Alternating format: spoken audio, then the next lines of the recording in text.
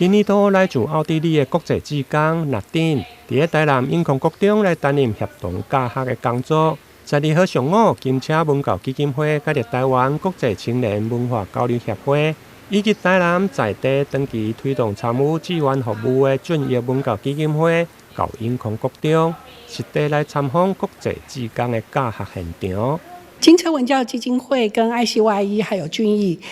已经合作超过8年了。然后在这8年来，我引进了非常多的外籍志工来到台湾做服务。那在这个机会里面，我们可以看到台湾孩子在跟外籍志工互动的过程当中，他们找到了自信，也充满了对国际的一个好奇心。我们也希望在这个历程当中，让孩子打开世界观，让他们对国际事务是有多一点的了解跟认知，让他们在未来的旅程当中，人生的旅程当中，可以更多的去探索，让不会只有把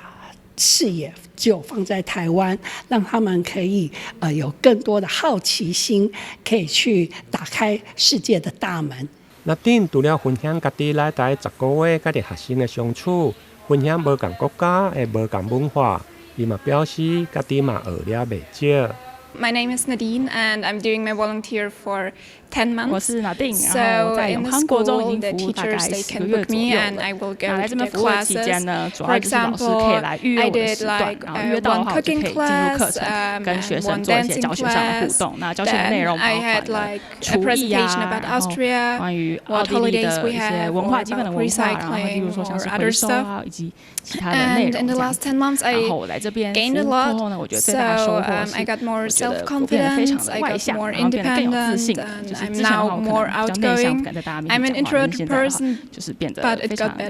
外向，就是非常有收穫。納丁除了接受無同班級老師的預約時段，甲啲學生來接觸，其中接觸上深的，就是寄宿的家庭，英空國中的邱佑軒同學，唔定分享着甲納丁的日常生活。其他的同學嘛攏真介意外籍志工的課程。我也是納丁來到我們家，然後讓我就是可以，就是跟外國人溝通不會那麼的困難，就是很熟悉，然後也可以跟着他一起學習英文啊，學習他們奧地利的美食啊，然後古蹟之類的，然後有時候也會跟他一起出去，就是帶他認識台南的一些美食古蹟。他課很有趣，然後就是很好笑這樣，然後老師的 PPT 做得真的很漂亮，然後他會用比較簡單的英文單字，然後來教我們學習這樣子。我很喜歡 Teacher Nadine，因為 she's friendly， 然後我可以不用害怕自己講錯什麼東西，就是變得比較有自信，